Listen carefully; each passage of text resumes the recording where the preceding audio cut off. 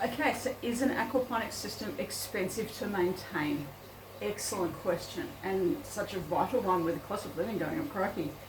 So what do we have as an ongoing cost? We have a water pump that is constantly running. Okay, we do need to be constantly running because we need to make sure that we've got water aeration happening and that all of the ammonia from the fish is actually being converted by the bacteria into the fertilizer for the veggies. So all that whole process to happen, and so that we don't get a build-up of ammonia within our fish tank, we do need to have the water pump running. Now, depending on the size of your system, but a tiny little system like this, I've got a pump in there that is 20 watts, okay? 20 watts per hour. Now, depends on the light globes that you use, but a lot of the light globes are 20 watts an hour. So it's equivalent in cost of having a light running constantly. My biggest system is 45 watts for the pump, and that's a couple of 1,000 litre system. This is a couple of 100 litre system, so there is a difference there, but it will depend on the type of pump that you get. And by the way, to actually buy the pump, I think it was about $25, $30, something along those lines. I can't remember, but it is written down in the instructions. Other ongoing costs, we've got, obviously we need to buy the fish and we need to buy everything to get that happening. Ongoing costs are other fish food. And this is the fish food that I'm using. I think it was $30 for this, and because they're little goldfish, they're not eating all that much.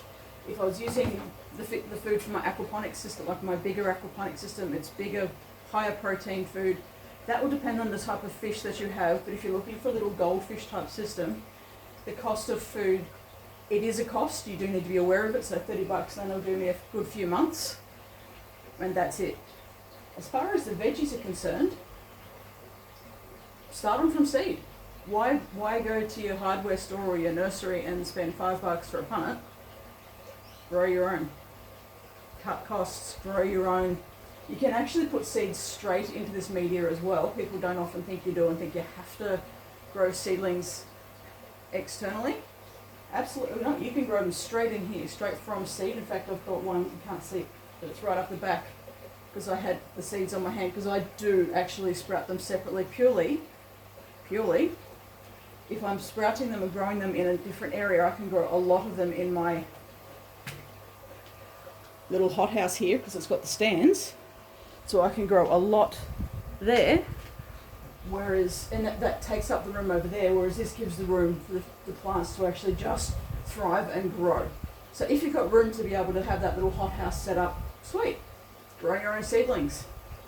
As soon as they've got the adult leaves, transfer them into here. Otherwise, pop your seeds straight in there, or you can just get the seedlings.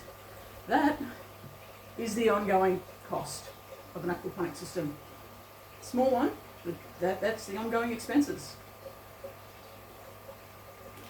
Cost of a light bulb, pretty much.